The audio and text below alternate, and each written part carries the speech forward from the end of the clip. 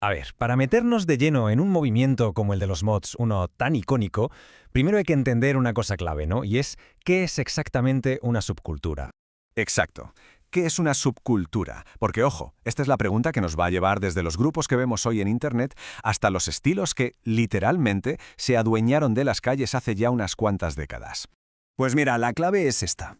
Una subcultura aparece cuando un montón de gente siente que simplemente no encaja en la historia que les cuentan, en lo que se considera normal. Así que, ¿qué hacen? Pues construyen su propio relato, convierten una sensación personal en una identidad que los une a todos.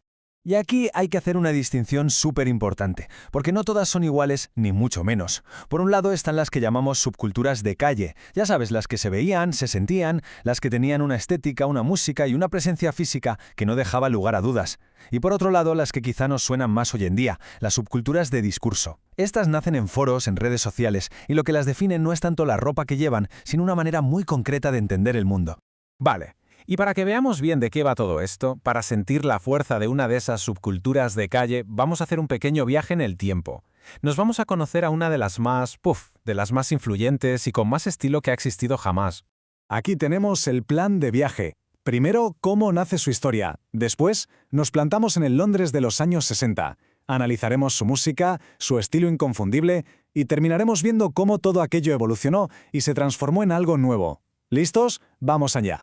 Venga, empezamos. El nacimiento de una narrativa. Para entender a los mods, lo primero es ir al origen, a ese chispazo inicial, a ese momento en que un grupo de chavales decidió que iba a contar su propia historia, y sin saberlo, iban a cambiarlo todo. Fijaos, la palabra mod viene de modernist, de modernista. Y es que ahí está el kit de la cuestión. Todo arranca a finales de los 50, con un puñado de jóvenes en Londres que estaban, digamos, un poco hartos de lo que había. Buscaban algo nuevo, algo, moderno. Y en este deseo de romper con todo, pusieron la primera piedra de un movimiento que estaba a punto de estallar.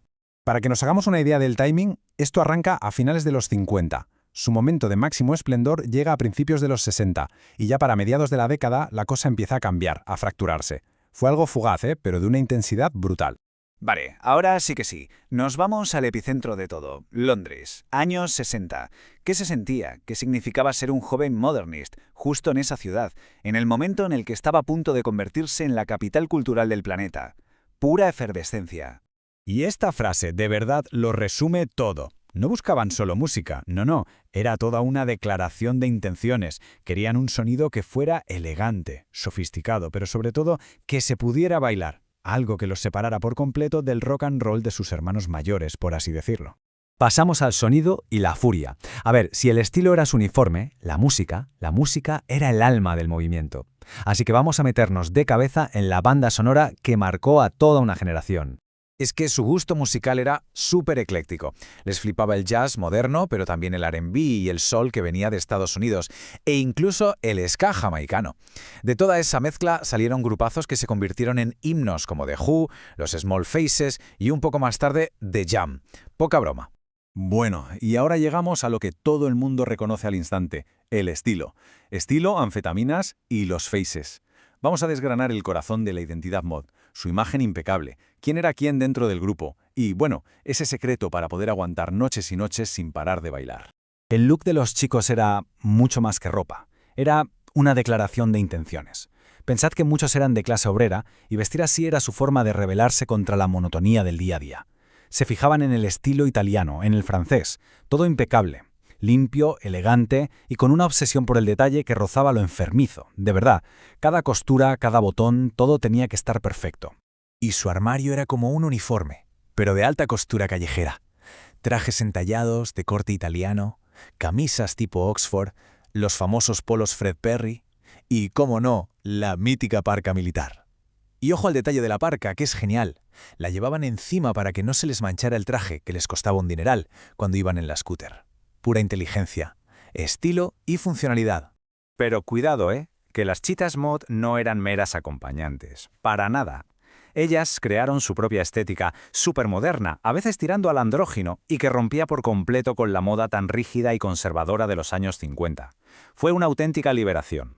Estamos hablando de vestidos de corte recto, muchos con estampados geométricos.